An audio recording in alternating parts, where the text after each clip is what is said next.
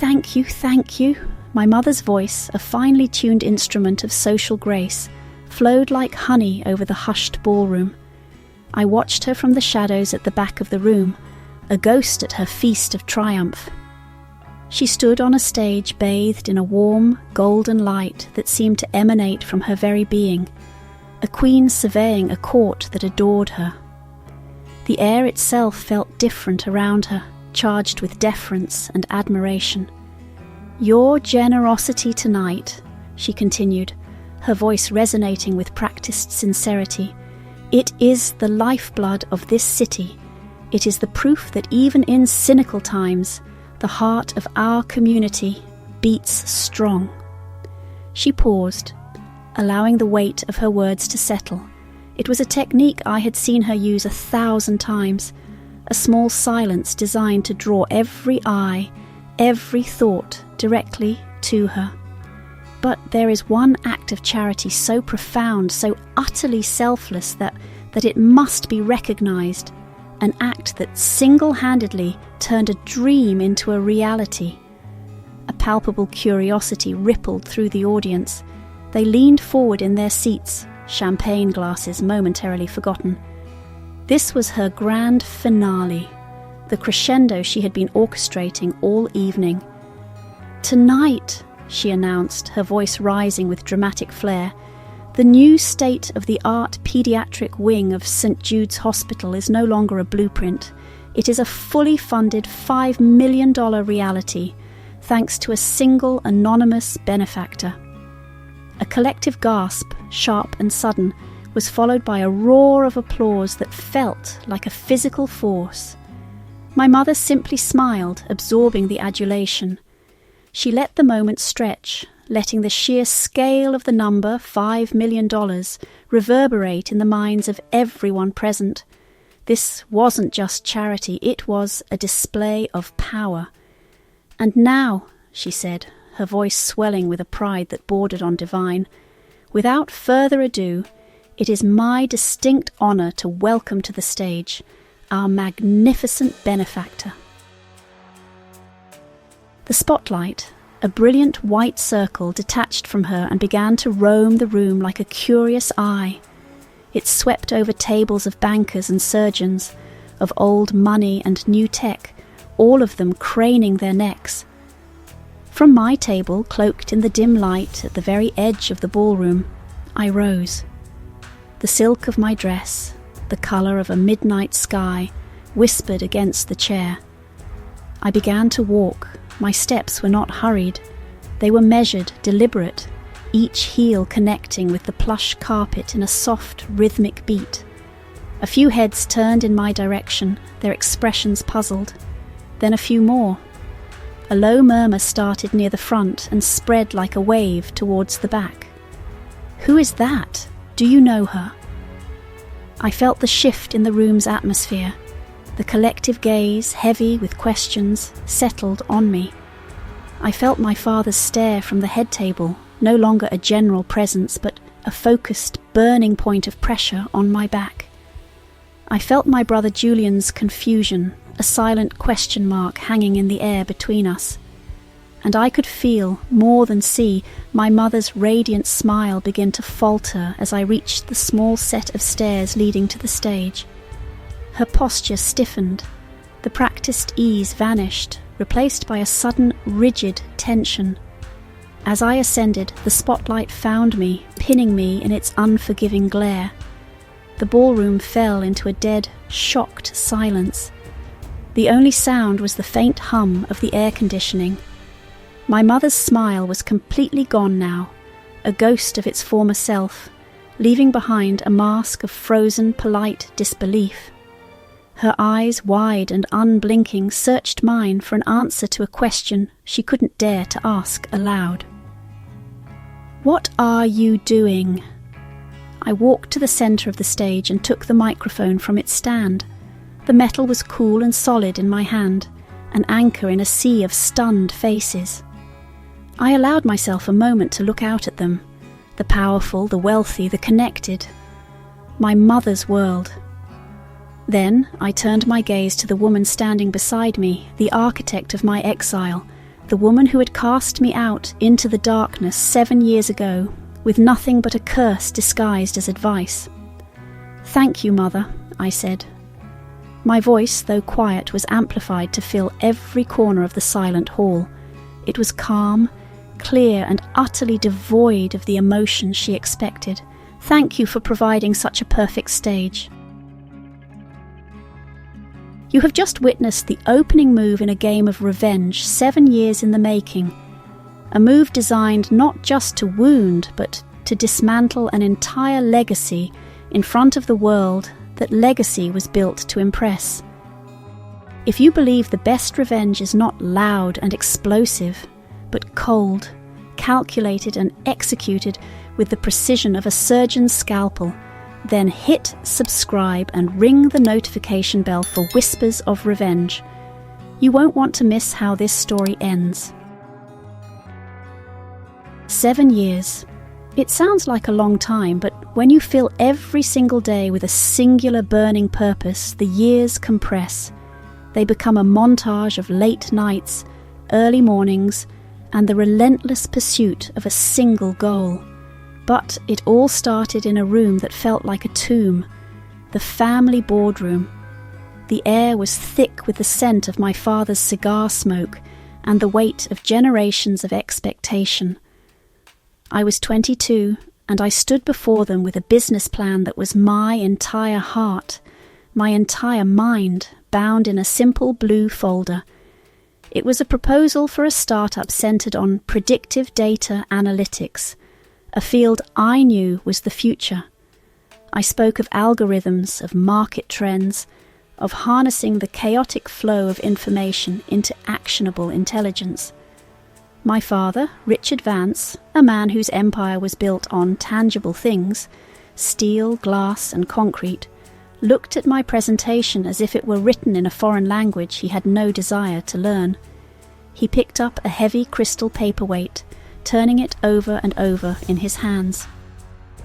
"Data," he finally said, the word tasting like ash in his mouth. "Anya, we are Vances. We build things people can see, can stand in. We build a legacy with concrete and connections, with handshakes and reputations forged over decades, not with soulless numbers on a screen."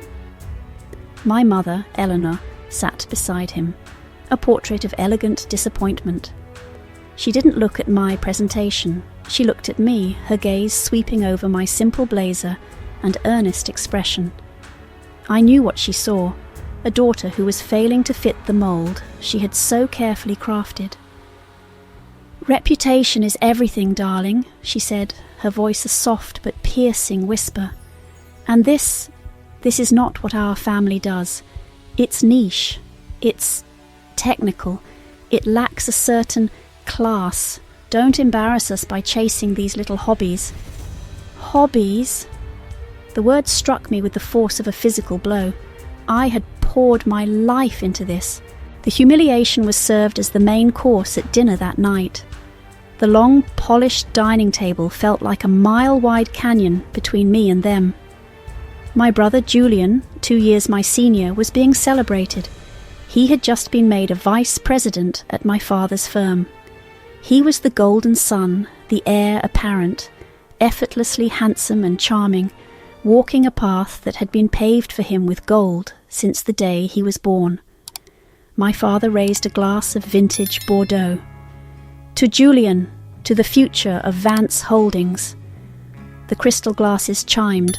My mother smiled at me from across the vast expanse of mahogany. "You see, Anya, that is how you build a life. A stable career, a respectable name, tangible success. Perhaps you should focus your energies on finding a suitable husband, someone who can provide for you instead of these projects." Each word was a perfectly placed stone, methodically building a wall around me, sealing me into a role I refused to play. The final stone was laid a week later in my father's study. The smell of leather and accomplishment filled the air. He didn't ask me to sit. "The world is a harsh place, Anya," he said, his voice devoid of any fatherly warmth. It was the voice of a CEO addressing an underperforming asset. It's time you learned that your flimsy ideas have no real value outside of your own head. The Bank of Vance is officially closed to you. He paused, letting the finality of the sentence sink in. Go earn your own legacy. I didn't cry, I didn't argue. I had learned long ago that silence was the only response they couldn't counter, the only ground they couldn't take from me. I simply nodded, turned, and walked out of the room. That night I packed a single suitcase with clothes, my textbooks, and my second-hand laptop.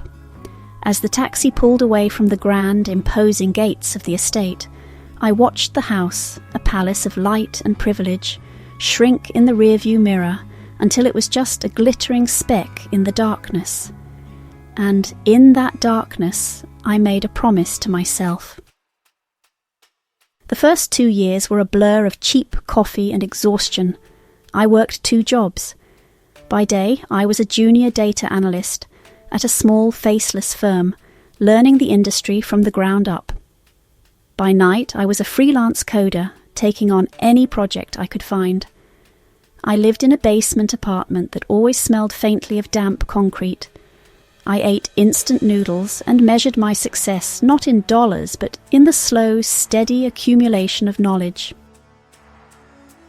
That knowledge led me here, to this desk, to this moment. My phone buzzed, a secured message from my lead analyst. Subject has liquidated the Morrison portfolio, exactly as predicted. Proceeds transferred to their primary account. I typed a short reply. Good. Initiate Phase 1.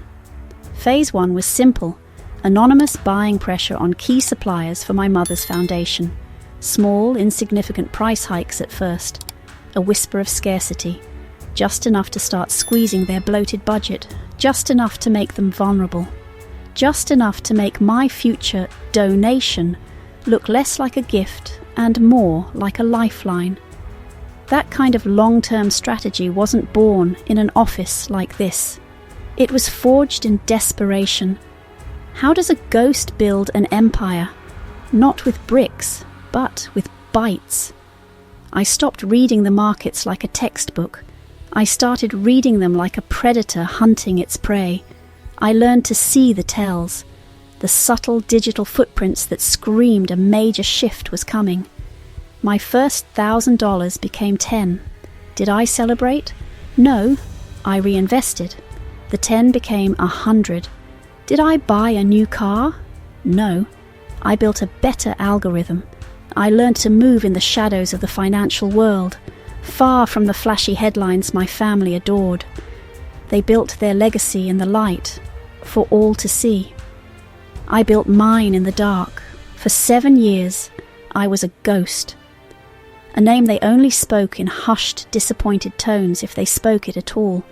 They had no idea that in the shadows I was forging a new legacy, not of inherited prestige, but of earned power, not of reputation, but of cold, hard, irrefutable results, a legacy they would never, ever see coming. The call came on a Tuesday afternoon in late autumn. I was in my office, a space that was the complete antithesis of my family's world. No mahogany, no oil paintings of dead ancestors, just glass, steel, and a panoramic view of the city from the 40th floor. An office they didn't know existed. The caller ID flashed a name I hadn't seen on my screen in 7 years. Anya Vance. I let it ring 3 times, a small assertion of power, before answering with a simple, neutral, "Hello?" "Anya?" Her voice was a carefully crafted performance, a syrupy concoction of surprise, relief, and practiced warmth that I knew was utterly false. "Darling, I was just thinking of you the other day. How have you been?" I remained silent, letting the empty space on the line stretch uncomfortably. It was a tactic I had learned in high-stakes negotiations. Let the other side reveal their hand by filling the void. "Well," she continued, a slight edge of impatience creeping into her tone, "listen, The reason I'm calling, I'm chairing the Golden Heart Gala this year. It's the biggest event of the season, all for a wonderful cause, the new paediatric wing at St. Jude's. It would mean the world to me if you came. A little family reunion. A family reunion. The words were so absurd I almost laughed. Our family didn't have reunions, we had shareholder meetings. I could hear the unspoken words hanging in the air, as clear as if she had shouted them. Come see what real success looks like. Come see the world you abandoned. Come see everything you are not. Then she delivered the true purpose of the call, the barb hidden within the bouquet of fake pleasantries. Anya, darling, she said, her voice dropping into a conspiratorial whisper. The Sinclair family will be there, all of them, and you know how Veronica Sinclair loves to boast about her children. I want them to see that even if a few branches grow wild, the roots of the Vance family remain strong and generous. There it was. The reason. The tactical deployment of her failed daughter. I wasn't an invited guest. I was a prop. A living, breathing cautionary tale. The sting of it was familiar, a dull phantom ache from an old wound. But this time something else rose with it. Not anger, not hurt, but a cold, thrilling clarity. A perfect, crystalline understanding of the opportunity she was unwittingly handing me. She was building a stage and casting me as the fool. She had no idea I was about to rewrite the entire play. I wouldn't miss it for the world, Mother, I said, my voice perfectly even, betraying nothing. Wonderful, darling, just wonderful. I'll have an invitation sent by courier immediately. She hung up, no doubt flushed with victory. I swiveled in my chair to face the sprawling city below. My city. I buzzed my assistant, a sharp, efficient woman named Clara, who knew more about my real life than my own family. Clara, I said, my eyes fixed on the distant gleaming tower of the Vance Holdings headquarters. It's time. Prepare the package for the gala evening. My mother has just handed us the stage. Clara walked in, her expression unreadable as always, and placed a slim, elegant leather folder on my desk. It had no title, no markings, just the quiet, understated quality of something immensely important. Inside, I knew, was everything I needed. Not just numbers, but leverage. My mother thought she was inviting her wayward daughter to a party to be shamed. She had no idea she was inviting a creditor to collect a debt not of money, but of respect. And so I stood on that stage, bathed in the same warm light that had illuminated my mother just moments before. But on me, it felt different. Not warm, but clarifying. An interrogator's lamp, the weight of 7 silent years, of thousands of lonely nights spent staring at code and market data, was a cloak of armour around me. My mother's shock was a fragile, beautiful thing, and I was going to let her savour it. I began to speak, my voice steady, carrying to every corner of the now silent room. My mother is a woman of great vision, I said. The words were true, in their own way. Her vision was just limited to what she could see in a mirror. I saw a flicker of relief in her eyes, a momentary easing of the tension in her jaw. She thought this was an apology, a prodigal daughter's public surrender. She saw a need in this city, I continued, and she created this foundation to fill it. That is the very essence of charity, to see a problem and to act. I let the words hang in the air, a soft, respectful melody before the crashing symphony of the storm. I was giving her the narrative she wanted, just for a moment, so the reversal would be that much more jarring. And it is because of that importance, I continued, my tone shifting subtly, losing its softness and gaining a sharper, more precise, clinical edge, the importance of seeing a problem and, truly, acting, that my firm, Nexus Capital, decided not only to donate $5 million, I paused, letting the name of my company land. I saw confusion on my father's face. Nexus Capital. He'd never heard of it. But to conduct a full, independent financial due diligence to ensure every single dollar serves its highest and most efficient purpose. A murmur, low and electric, went through the crowd. This was not in the script. At the head table, my brother Julian's champagne flute froze halfway to his lips. My mother's face, which had briefly regained some colour, was now a ghastly shade of pale. She looked from me to my father, her eyes wide with panic.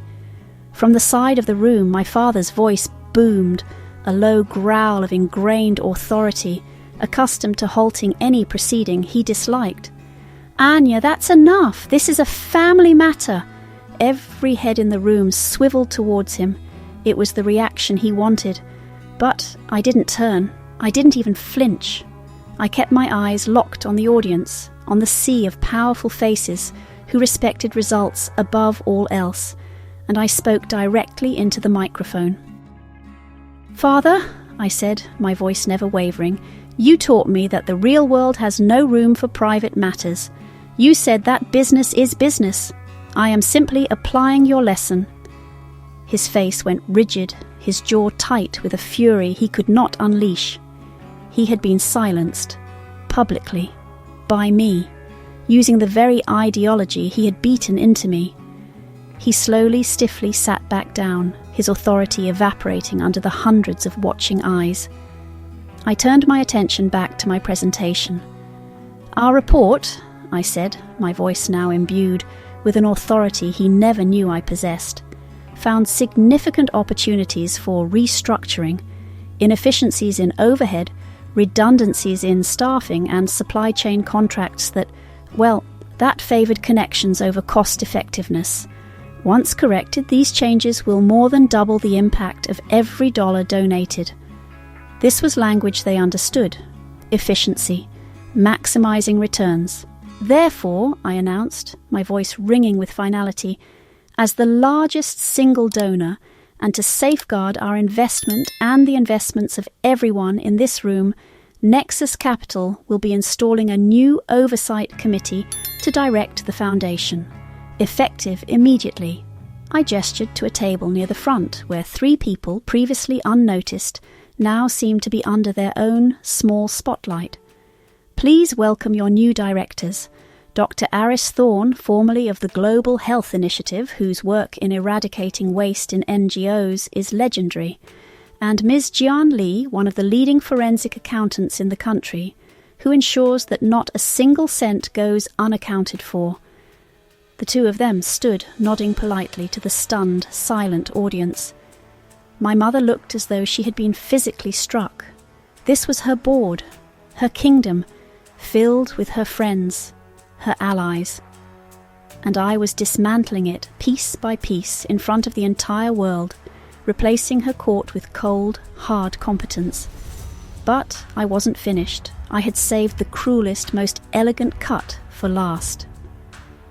"And finally," I said, a faint, almost imperceptible smile touching my lips, "serving as senior advisor to the new board, a role we felt required unimpeachable integrity and decades of experience, please welcome Mrs. Evelyn Peterson." A collective gasp, louder than any before, swept through the room. Evelyn Peterson was a titan, a legend in the philanthropic world. And as everyone in that rarefied circle knew, she was the one person my mother had courted for years to join her board, and had always been politely but firmly rebuffed. Now, from her seat, the elegant, silver-haired woman stood up. She didn't look at my mother. She looked directly at me, and from across the room she gave me a small, subtle nod of acknowledgement and respect. The message was brutally, undeniably clear. Where my mother's reputation and connections had failed, my competence and vision had succeeded. I turned back to Eleanor. Her face was a blank canvas of ruin. The applause started, scattered at first, then growing into a confident wave. It wasn't for her. It wasn't even for the donation. It was for the display of sheer, ruthless power they had just witnessed. I leaned closer to the microphone for my final words, twisting the knife just one last time. And we extend our deepest, most sincere gratitude to Mrs. Anya Vance for her foundational work. I stepped down from the stage, the applause following me like a well-trained shadow. The sound was different now. It wasn't the polite, obligatory clapping for a wealthy donor. It was the sharp, appreciative applause of a boardroom that has just witnessed a successful hostile takeover. It was respect, not affection. And it was all for me. My path back wasn't towards the grand exit doors where a car was waiting to whisk me away. No, that would have been too simple, too merciful. Instead, I moved with a calm, unhurried pace through the tables, a shark gliding through suddenly still waters. I headed directly for the head table, for my family. The world seemed to move in slow motion. I saw Veronica Sinclair, my mother's great rival, trying and failing to hide a smirk of pure, unadulterated schadenfreude. I saw business associates of my father murmuring behind their hands, their expressions a mixture of shock and newfound respect. The power dynamics of the entire room had been irrevocably altered in the space of 5 minutes. I reached their table. It felt like an island of silent devastation in a sea of whispers. My father, a man I had only ever seen as a titan of industry, looked smaller. He wouldn't meet my eyes, his gaze fixed on the intricate pattern of the silverware. And my mother, she just stared into the middle distance, her posture ramrod straight, a statue carved from ice. She seemed to be looking at the grand floral centerpiece, but I knew she wasn't seeing it. She was watching her world, her reputation, her very identity, burn down around her. It was Julian who broke the silence. His voice, usually so confident, was thin and strained. "Anya, what is this? What have you done? After everything she's done for this charity." I didn't even look at him. My eyes remained locked on my mother. "He still doesn't get it," I said softly, as if speaking to Eleanor alone. "He thinks this is about the money. He thinks your legacy is in a building with your name on it." I finally turned my gaze to my brother, my voice cutting through his confusion like glass. "This isn't a ledger of donations, Julian. It's a testament to incompetence, and a legacy built on a faulty foundation eventually crumbles." I stopped beside my mother's chair, standing in the space a devoted daughter might occupy. From the small, elegant clutch I carried, I produced the slim, leather-bound folder. I didn't say a word. I simply placed it on the table in front of her. The soft thud of the folder against the fine linen was the loudest sound in the world. It was a gavel, a final judgment. Then I leaned in, my voice a whisper, a secret shared only between the 4 of us, the final, private twisting of the public knife. "You told me to earn my own legacy," I said, my words precise and cold, each one a perfectly sharpened dart. "I have, and in doing so I've just redefined yours." I straightened up. For a fleeting second I saw a flicker of something in my mother's vacant eyes. It wasn't anger, it wasn't sadness, it was something far worse. It was the dawning, horrifying, complete understanding of a queen who has just realized she is no longer on the throne, and that the person who deposed her now owns the castle, the lands, and the very history of the kingdom itself. Then I turned my back on them. I walked away from the table through the parting sea of murmurs and stunned glances, my head held high. I walked out of the ballroom, out of the golden light, and into the cool, clean air of the night. I didn't look back. The past, with all its ghosts and all its pain, was finally where it belonged, behind me. Which is the more devastating revenge, to take someone's fortune or to dismantle their reputation piece by piece in front of everyone they sought to impress. What is the true nature of a legacy? Let us know your thoughts in the comments. For more stories of calculated long-game revenge, where the deepest wounds are inflicted not by a sword but by a well-placed word, make sure you are subscribed to Whispers of Revenge. And share this with someone who appreciates a story where the board is finally, irrevocably turned.